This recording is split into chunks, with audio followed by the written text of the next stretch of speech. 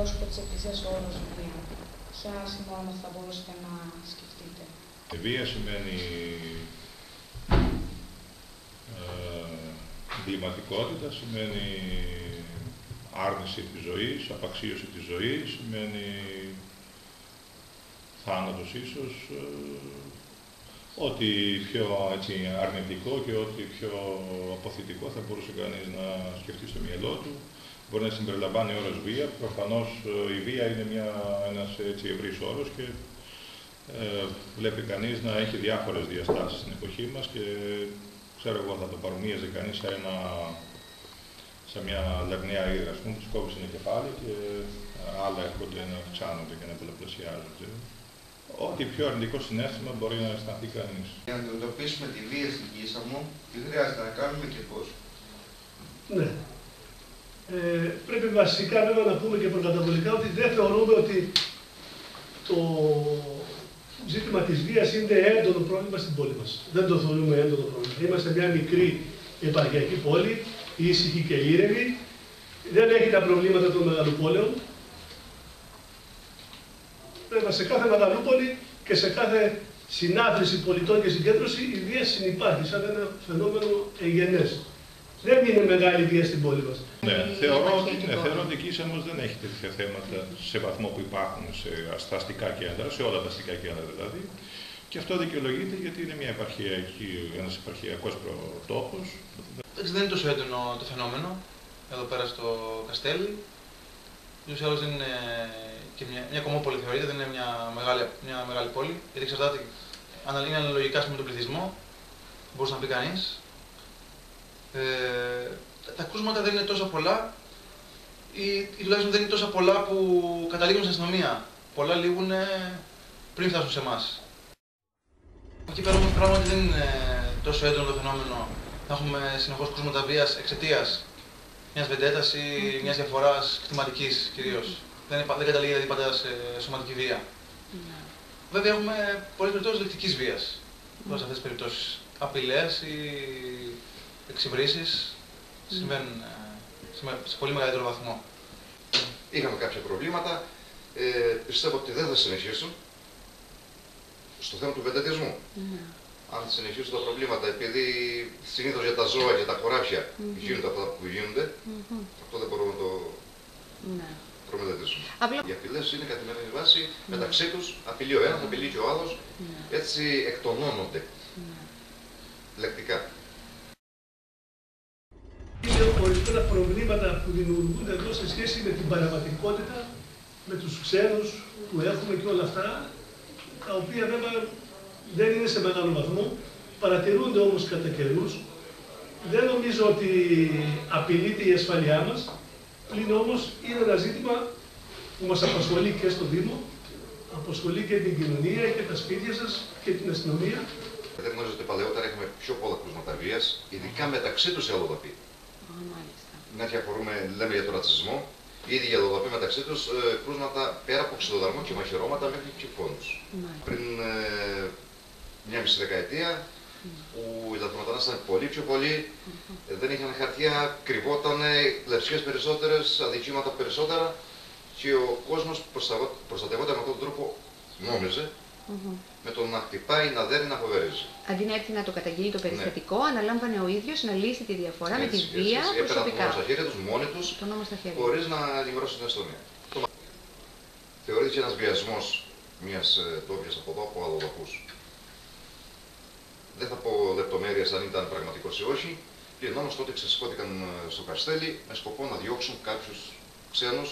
Αυτή είναι η ρατσιστική βία που ευτυχώς δεν εμφανίζεται εδώ. Ενώ σε άλλες περιοχές της Ελλάδας εμφανίζεται σε πολύ μεγάλο βαθμό. Ο λαός της Χυσάμου και γενικά της Κρήτης είναι ένας φιλόξενος λαός, το οποίο δεν βλέπει το ξένο ως εχθρό, μέχρι να πειραχτεί. Στις διαρρήξεις, αλλά θα μπορούσε να πει κανείς ότι και αυτές δεν είναι σε τόσο μεγάλο βαθμό. Σε μια μέρη χωριά απομακρυσμένα, που δεν υπάρχει ας πούμε κόσμος για να μπορεί να θεαθεί αυτός που θα κάνει την κλοπή, τη διάρρηξη. Προτιμούν ανεπιτήρητα σπίτια, η κρεπουσία των ανθρώπων. Και εδώ στο Καστέλι είχαμε κατά καιρούς κάποια κρούσματα πολύ πριν έρθει ο ποιος αστυνόμος. Ήταν μια σπίρα το οποίο δρούσε πριν, γνωρίζω το κ. Κωνσταντάκης, δρούσε, ξεκινούσε και σπούσε σπίτια, δηλαδή είχαμε αρκετές κλοπές. Ευτυχώς τους πιάσαμε, έχουν πάει στη δικαιοσύνη, είναι στη φυλακή, έχουν ηρεμήσει τα πράγματα. Περιστατικά και περιστασιακά έχουμε πολύ λίγα. Δηλαδή είναι αλλοδαποί ήταν ή ντόπιοι αυτοί? Ντόπιος αλλοδαπός. Με ελληνική ταυτότητα. Η συγκεκριμένη σπηρά που λέμε, εκτοπλίζουν γίνονται από αλλοδαπούς. Έχουμε όμως είδαμε τους γείτους. Το οποίο ναι, μπαίνουν στα σπίτια μέσα χωρίς να διαρρήκνουν. Με τη μέθοδο της απασχόλησης, ο ένας απασχολεί τον ιδιοκτήτη, μπαίνει ο άλλος, κοροϊδεύουν. Εξαπατούν δηλαδή, δίθεν πελάτες. Μπαίνουν στα σπίτια χωρίς να κοιτάζουν ποιος μένει μέσα. Προσπαθούν να βρουν κάτι να κλέψουν. Ήταν και στα πλαίσια του κακού αθλητισμού, ας πούμε, ότι εκεί πολλές φορές ο κόσμος σκητονώνεται στο γήπεδο, αλλά σταματάει μέχρι εκεί. Δεν έχουμε σωματική βία. Πάλι πάνω στο παλαιότερο. Είχαμε, ναι. Παλαιότερα τα είχαμε όλα αυτά σε μεγαλύτερο βαθμό. Απλά όσον αφορά την οικογενειακή βία, δυστυχώς επηρεάζει πάρα πολύ τα παιδιά. Παίρνουν κάποια βιώματα από μικρά. Νομίζουν ότι αυτό μετά που βλέπουν και κάνουν είναι το σωστό. Δυστυχώς.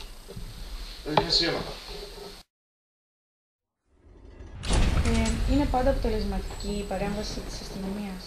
Πίστεψε να ναι.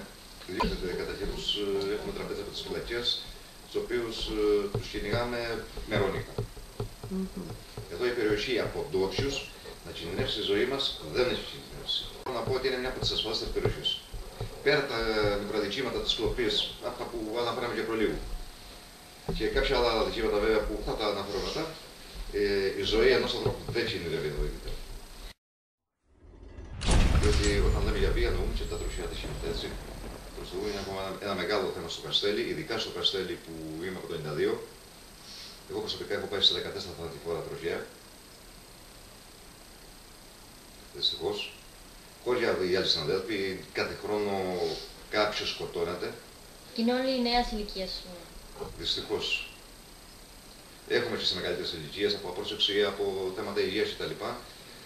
Όχι ότι είναι λιγότερο λυπηρό, γιατί κάνετε μια ζωή, αλλά ο νέος άνθρωπος που έχει μια ζωή μπροστά του θα μπορούσε να το έχει αποφύγει. Η ανασφάλεια και βεβαιότητα που μπορεί να νιώθει σήμερα ένας άνθρωπος, έτσι, η έλλειψη σταθερότητας, νομίζω η δυσκολία λειτουργίας των θεσμών. Βλέπουμε ότι πολλές φορές η οικογένεια σήμερα δεν λειτουργεί έτσι όπως θα μπορούσε να λειτουργεί, όπως παλαιότερα ήταν ένας χώρος, έτσι, μια ζεστή αγκαλιά για έτσι, γιατί είναι ένα πολύ δύσκολο και σημαντικό πρόβλημα που αγγίζει και την εκπαίδευση, αγγίζει και τη φιλοσοφία, αγγίζει και τις αξίες της οικογένειας πρωτίστως και στη συνέχεια όλο το εκπαιδευτικό φορέα. Πολλά αιτία είναι τα οικονομικά. Δυστυχώς, όσο κακά πάει ένα σπίτι οικονομικά, ένας άνθρωπος ξεσπά κάπου. Είτε αυτός είναι ο δικός του άνθρωπος στους γενείς του, είτε απ' έξω, είτε οποιοδήποτε συναντήσει μπροστά του. Τα ναρκωτικά. Ένα μεγάλο θέμα που υπάρχει παγκόσμια, πανελλήνια και εδώ στο Καστέλι δυστυχώς. Τα ναρκωτικά. Το πιωτό. Σε λιγότερες περιπτώσεις βέβαια το πιωτό. Όταν κάποιος πει δεν είναι αυτός, όπως με τα ναρκωτικά. Δεν κάνει κομμάτι αυτό. Δηλαδή μαθαίνει μετά ότι έκανα αυτά και ντρέπεται. Οι αιτίες είναι πολλές οι διάφορες. Μέσα από την οικογένεια, όπως είμαστε στο σχολείο, μαθαίνουν ότι κάτι φυσιολογικό στο σπίτι τους είναι αφύσικο απ' έξω και τους φαίνεται παράξενο. Συνεπώς, νομίζω ότι από την πρώτη, έτσι, βάση που είναι η οικογένεια, μέχρι την πολιτεία, μέχρι...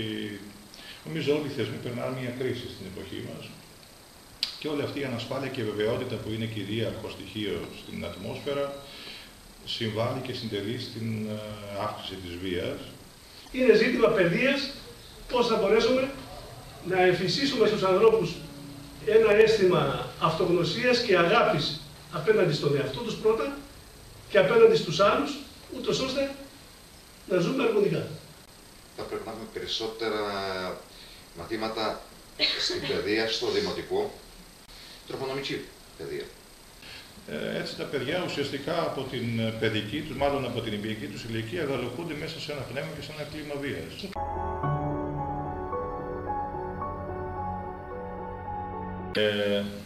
Νομίζω θα πρέπει να πούμε ότι η δημιουργία σε σχέση με το χώρο της Εκκλησίας είναι από την Παλαιά Διαθήκη όχι απλώς ένας όρος, αλλά μια στάση ζωής, καθώς βλέπουμε ότι ο Θεός όταν δημιούργησε τον άνθρωπο του έδωσε μέσα του, όπως λέει και η Παλαιά Διαθήκη, πνοή ζώσα. Αυτό σημαίνει δηλαδή ότι του έδωσε τη δυνατότητα να δημιουργεί, τον έκανε δημιουργικών. Και με την έννοια αυτή βλέπουμε ότι από τη δημιουργία του κόσμου, από το ξεκίνημα του κόσμου, είναι συνυφασμένος ο όρος δημιουργία με τον όρο ζωή και με τον άνθρωπο στο σύνολό του και κατά προέκταση. Και βέβαια το μεγάλο δίλημμα του ανθρώπου είναι ότι ο Θεός τον έκανε δημιουργικό, αλλά τον έπλασε και ως ελεύθερο να κάνει τις επιλογές του, ένα ελεύθερο δημιούργημα. Τώρα το ερώτημα είναι πώς εμείς αξιοποιούμε τη δημιουργία και πώς μπορούμε έτσι να την κάνουμε όντως ζωή και ομορφιά και ανάπτυξη και πρόοδο, ή πόσο αυτή η δημιουργία μπορεί να γίνει βία, καταστροφή και όλα αυτά που βλέπουμε γύρω μας και ανάμεσά μας που συμβαίνουν. Αλλά η δημιουργία ως όρος και ως έννοια είναι σύμφυτη με την αρχή της ζωής, σύμφωνα με την πίστη και τη διδασκαλία της Εκκλησίας. Όταν λέμε τη λέξη δημιουργία, εννοούμε ότι κάτι προσθέτουμε, κάτι δημιουργούμε επιπλέον σε αυτό που ξέρουμε. Νομίζω ότι η Εκκλησία με όλη της την προσφορά στον κόσμο και στους ανθρώπους, αυτό που κάνει είναι ακριβώς να προσπαθεί να καλλιεργήσει τον άνθρωπο. Και η καλλιέργεια του ανθρώπου, πρώτα απ' όλα η πνευματική, η εσωτερική καλλιέργεια, δηλαδή μέσα από τη ζωή της Εκκλησίας, μέσα από τα μυστήριά της, μέσα από τη διδασκαλία της, μέσα από τον τρόπο που προτείνει και προτρέπει στον άνθρωπο να ζήσει και να ακολουθήσει, έναν τρόπο που εδράζεται στο σεβασμό, στην αλληλοπεριχώρηση, στη συγχωρητικότητα, στην κατανόηση του άλλου, στη διάθεση συνοδοιπορίας, στη διάθεση στήριξης του συνανθρώπου μας. Όλο αυτό νομίζω είναι δημιουργία και ζωή.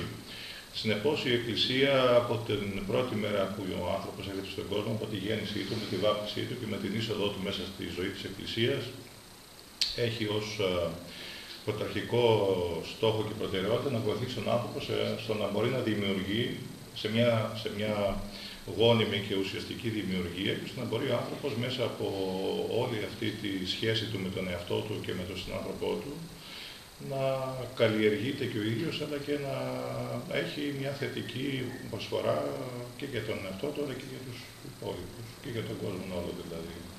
Νομίζω ότι η προσφορά της Εκκλησίας είναι πολύ ουσιαστική και πολύ σημαντική σε ό,τι αφορά την εσωτερική καλλιέργεια του ανθρώπου, που βέβαια έχει άμεση σχέση και με τη δημιουργία.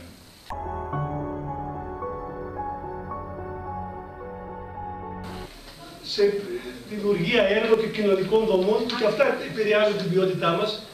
Να πούμε δηλαδή ότι το Αντουσάκιο Ίδρυμα που υπάρχει στην πόλη μας είναι μια πολύ μεγάλη δομή που ενισχύει τους ανήμπορους και τους άπορους. Η φιλαρμονική του Δήμου μας, της Ιεράς Μητρόπολης, είναι μια δημιουργία η οποία έγινε σε παλαιότερους καιρούς, αλλά δίνει πάντα ένα παρόν και χρωματίζει όλα τα πολιτιστικά δρόμενα του τόπου μας. Να πούμε τα έργα της Μητροπόλεως, το Σταθαρονάκιο Πολύκεντρο, που είναι ένα σχολείο για αυτό που πηγαίνουν εθελοντικά και διδάσκουν και εκπαιδεύονται και μαθητές.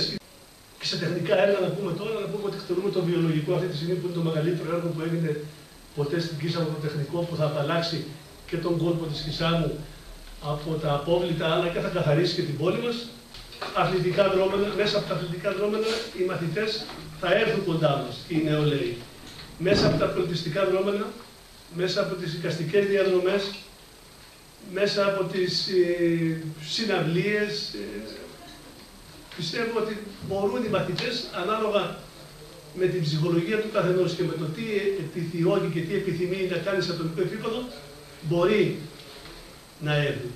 Το έργο της Εκκλησίας σε σχέση με τους ανθρώπους της περιοχής νομίζω ότι είναι, ή προσπαθούμε να είναι έτσι πολυδιάστατο και πολύπλευρο. Η Εκκλησία, η Μητρόπολης εδώ ουσιαστικά έχει δύο πυλώνες που προσπαθεί να καλύψει ανάγκες των ανθρώπων. Ο ένας πυλώνας είναι το Ανουσάκιο Ίδρυμα, το οποίο έρχεται να καλύψει ανάγκες ανθρώπων εμπερίστατων και κοινωνικά και οικονομικά αδύναμων. Εκεί υπάρχει δυνατότητα φιλοξενίας περίπου 90 κυρίως ηλικιωμένων ή ανθρώπων με προβλήματα ανοικών ή αμαία, οι οποίοι δέχονται τη φιλοξενία και τη φροντίδα του Ιδρύματος, η ιατροφαρμακευτική περίθαλψη. Αρκετοί από αυτούς είναι άνθρωποι που δεν έχουν ούτε καν κάλυψη κάποιου ασφαλιστικού φορέα, δηλαδή ανασφάλιστοι άνθρωποι. Οπότε το Ίδρυμα έχει αναλάβει εξ ολοκλήρου την φροντίδα τους και τη φιλοξενία τους και την ιατροφαρμακευτική τους περίθαλψη. Παράλληλα, το Ίδρυμα την περίοδο αυτή, λόγω των αυξημένων αναγκών συνανθρώπων μας, έχει οργανώσει και λειτουργεί κοινωνική κουζίνα, η οποία προσφέρει 1.500 μέρες φαγητού σε εβδομαδιαία βάση. Ταυτόχρονα λειτουργεί κοινωνικό ιατρείο με 15 θελοντές ιατρούς, οι οποίοι καθημερινά δέχονται ανθρώπους που έχουν ανάγκη ιατρικής περίθαλψης και δεν έχουν δυνατότητα να προσφύγουν σε κάποιο άλλο χώρο, οικονομική εννοώ δυνατότητα.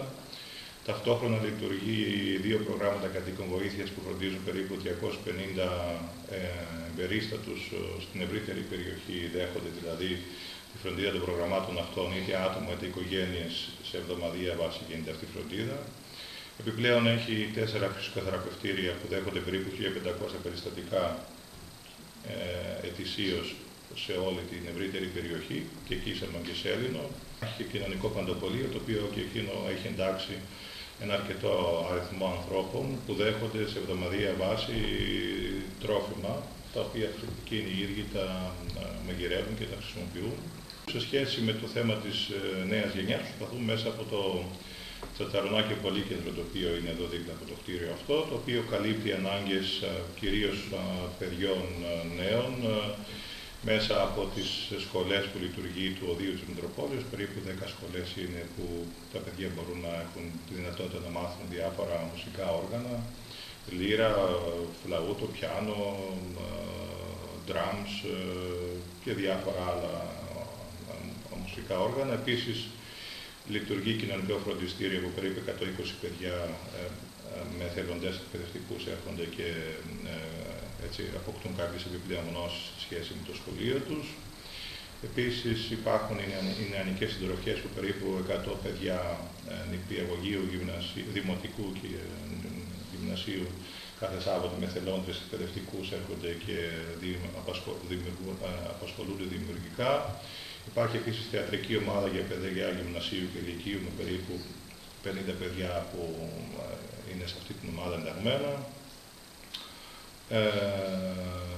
Υπάρχει το τμήμα των υπολογιστών οργανωμένο, όπου δίδουμε επιστοποιημένα πτυχία. Είμαστε ο μοναδικός φορέας που δίδει επιστοποιημένα πτυχία εκμάθησης ηλεκτρονικών υπολογιστών στην Κίσαμο, με οργανωμένο εργαστήριο ηλεκτρονικών υπολογιστών εκμάθησης.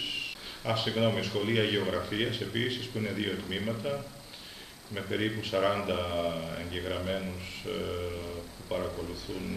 Είναι φέτος το 2ο έτος που λειτουργεί αυτή η σχολή.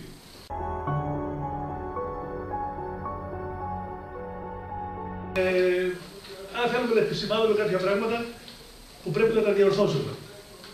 Ενώ είμαστε τόσο μικρή πόλη, έχουμε τόσο μεγάλο πρόβλημα σε σχέση με την κυκλοφορία των οχημάτων. Δεν είναι ζήτημα ασφάλειας, δηλαδή περισσότερο το παρκάρισμα των αυτοκινήτων, αλλά είναι ζήτημα εικόνας και κακής ποιότητας ζωής. Δεν έχουμε αυτή τη στιγμή και δημοτική αστυνομία. Μας την κατήριξαν η δημοτική αστυνομία. Είχαμε 2 δημοτικούς αστυνόμους, έκλεισε. Δεν έχουμε δημοτική αστυνομία να μπορεί να παρεμβαίνει. Απευθυνόμαστε στην τροχέα και στην αστυνομία, οι οποίοι και αυτοί έχουν προβλήματα με το προσωπικό τους, με τη μείωση και τη μεταφορά τους στα Χανιά. Και είναι ένα πρόβλημα αυτή τη στιγμή άλυτρο. Αυτή την περίοδο ο Δήμος πασχίζει να δημιουργήσει κάποιες μονοδρομήσεις στην πόλη. Τι άλλο χρειάζεται να γίνει στην πόλη για να ανέβει επίπεδο στον τομέα του πολιτισμού και της δημιουργίας? Οργάνωση. Μία λέξη. Για τα λέει όλα, οργάνωση. Αν δεν υπάρχει οργάνωση δεν γίνεται τίποτα. Από την περιοχή μας λείπει η κατάλληλη υποδομή. Δηλαδή, λείπουν χώροι που έχουν σχέση με πολιτιστικές εκδηλώσεις. Αυτή τη στιγμή υπάρχει ο χώρος του Δημαρχείου. Ευτυχώς υπήρξε ένας χώρος στη Μητρόπολη πολυδράσεις κλπ. Όμως χώρος που να είναι κοινός, να βάζει κόσμο κλπ. Από την περιοχή απουσιάζει. Χρειάζεται να υπάρχουν υποδομές, οι υποδομές σε σχέση με τον πολιτισμό, οι υποδομές σε σχέση με τον αθλητισμό, οι υποδομές σε σχέση με την παιδεία. Σε όλα τα επίπεδα χρειάζεται και πρέπει να υπάρχουν σε μια οργανωμένη κοινωνία, η οποία είναι και κατά κάποιο τρόπο ένα αστικό κέντρο, υποδομές που να μπορούν οι άνθρωποι να έχουν δυνατότητα δημιουργικής απασχόλησης. Ιδιαίτερα οι νέοι άνθρωποι, όλοι βέβαια ανεξαιρέτως, αλλά ιδιαίτερα μιλάμε για τις νεότερες γενιές, που πρέπει κάπου να διοχετεύσουν τη δυναμικότητά τους, τη ζωτικότητά τους, το όραμά τους, την έμπνευσή τους, την αγάπη τους για τη ζωή.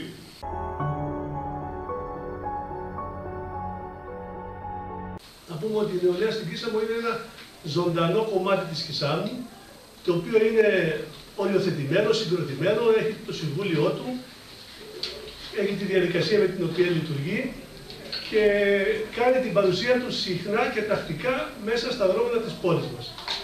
Ο Δήμος έχει παραχωρήσει 2 αίθουσες στην ιδιόκτητη βίλα του, τη Βίλα Ξαγοράρη, μέσα στην οποία στεγάζεται η νεολαία Κισάμου, έχει ένα τηλεφωνικό σταθμό, κάνει εκπομπές, δημιουργεί και κάνει πολιτιστικές εκδηλώσεις, ποδηλατοδρομίες, συμμετέχει στο καρναβάλι.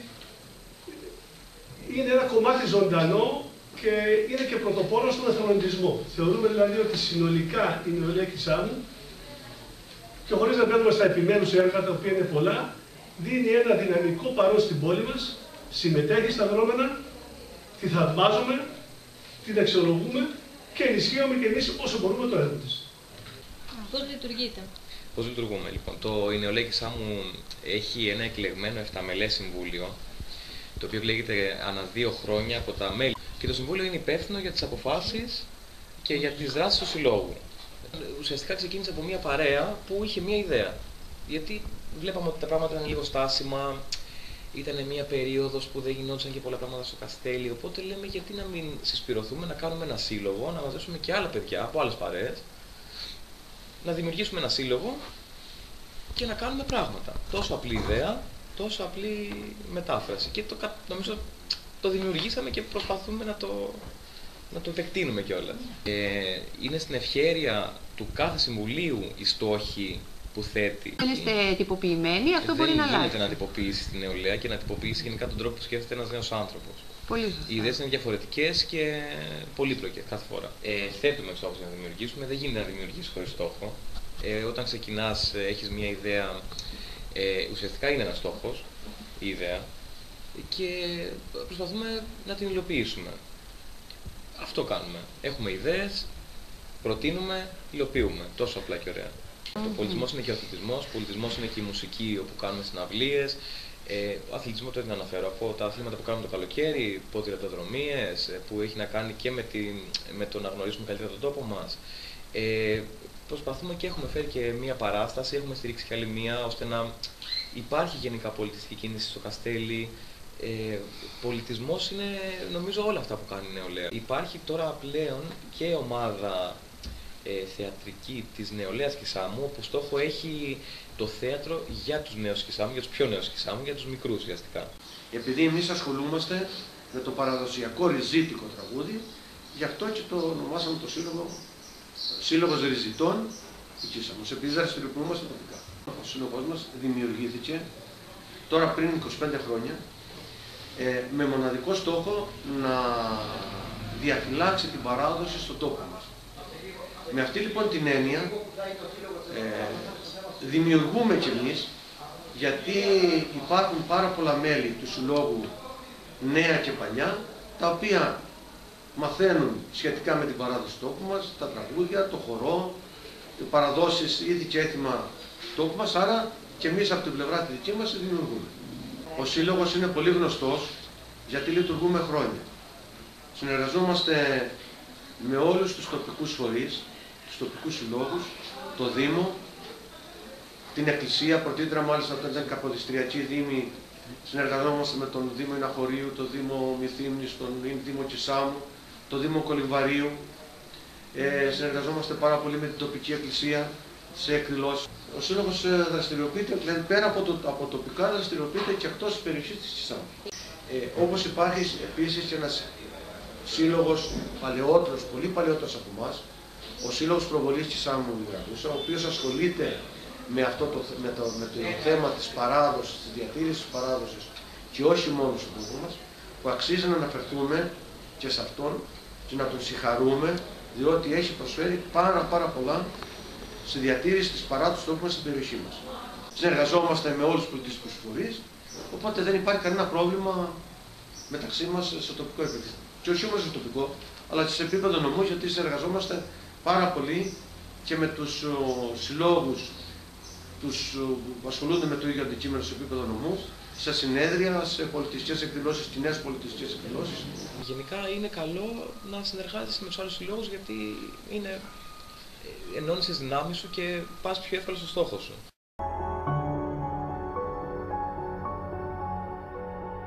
Ο κοινωνιστικός ιστός και ο δημοτικός ιστός μέσα στην πόλη μας και στο Δήμο μας έχει διαταραχθεί τα τελευταία χρόνια από την οικονομική συγκυρία. Έχει διαταραχθεί πάρα πολύ. Όταν δηλαδή έχουμε τις οικογένειές μας, έχουμε τους συνανθρώπους μας με έντονα οικονομικά προβλήματα, δεν μπορούμε να μιλούμε για ποιότητα ζωής. Δεν μπορούμε να μιλούμε, δυστυχώς. Και έχουμε προβλήματα τέτοια πάρα πολλά.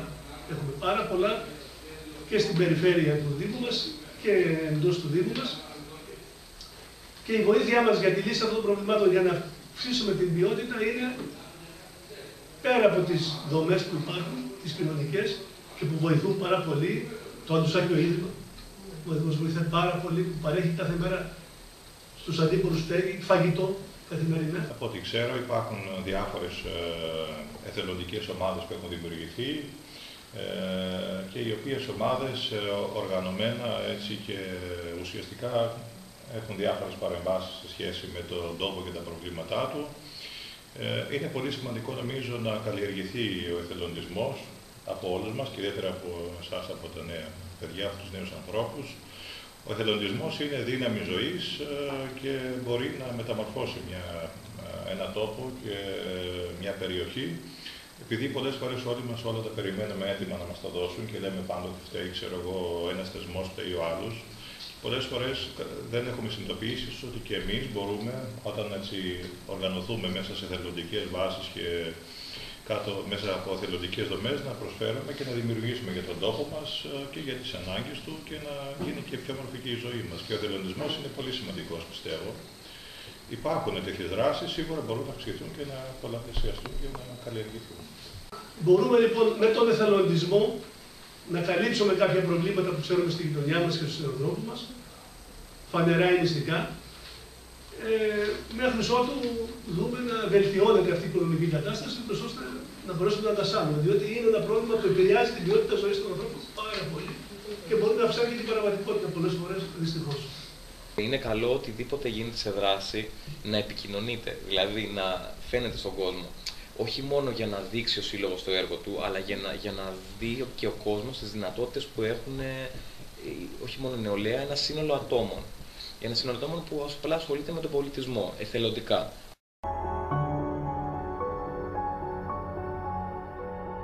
Τι αλλαγές χρειάζεται η κοινωνία μας ώστε να παράγει δημιουργικούς πολιτές? Τι αλλαγές χρειάζεται η κοινωνία μας? Χρειάζεται να αλλάξουμε την νοοτροπία μας, νομίζω, βασικά. Χρειάζεται να βρούμε τη δύναμη να ξεπεράσουμε τον χαταρχισμό μας, τη διάθεση δηλαδή να κοιτάμε μόνο τον εαυτό μας, το βόλεμά μας, την καλοπέρασή μας, τη διάθεση να τα βρίσκουμε όλα έτοιμα. Χρειάζεται να βρούμε τη δύναμη της υπέρβασης, έτσι με μια λέξη, το να μπορούμε έτσι να ανοιχτούμε από το εγώ στο εμείς, να μοιραζόμαστε, να έχουμε διάθεση να κατανοούμε ότι ευθύνη για αυτό τον τόπο δεν έχουν όλοι άλλοι, ότι έχουμε κι εμείς και ότι θα πρέπει ο καθένας μας, καλλιεργώντας τον εαυτό του και αυξάνοντας και βελτιώντας τον εαυτό του, η Εκκλησία έχει τη λέξη αρετές, μέσα από τις αρετές μας δηλαδή, μέσα από μια, και πάλι ξαναλέμε, πνευματική, εσωτερική έτσι, διεργασία και καλλιέργεια πρέπει να γίνει, να μπορούμε να μεταμορφώνουμε τη βία σε δημιουργικότητα, την αγανάκτηση σε δυνατότητα ζωής και το θυμό μας σε ευκαιρίες συνεργασίας και ό,τι άλλο μπορεί κανείς να σκεφτεί. Εμείς δεν θέλουμε η νεολαία μας να αναπαράγει ένα κόσμο και να δημιουργήσει μια ζωή όπως την βρήκε. Θέλουμε σίγουρα να την καλυτερεύσει και να την πάει και πιο μπροστά. Δεν θέλουμε να είναι ένα αντίγραφο της ζωής ούτε του πατέρα, ούτε της κοινωνικής δομής, ούτε με τον τρόπο που λειτουργεί ο Δήμος, ούτε με τον τρόπο που λειτουργεί η πολιτική. Θέλουμε τα καλά να τα πάρουν και να τα κρατήσουν και να τα πολλαπλασιάσουν και τα κακά να τα διαγράψουν. Για να δημιουργήσει κάποιος θα πρέπει να ζήσει σε μια ασφαλή κοινωνία. Ακριβώς. Οπότε νομίζω ότι από ό,τι έχει περιέλθει στην αντίληψή μου, ότι ο καθένας μπορεί να δημιουργήσει εδώ πέρα, να προσθέσει κάτι στην τοπική κοινωνία, είτε προσωπικά είτε συλλογικά, και ο χώρος ενδείκνυται.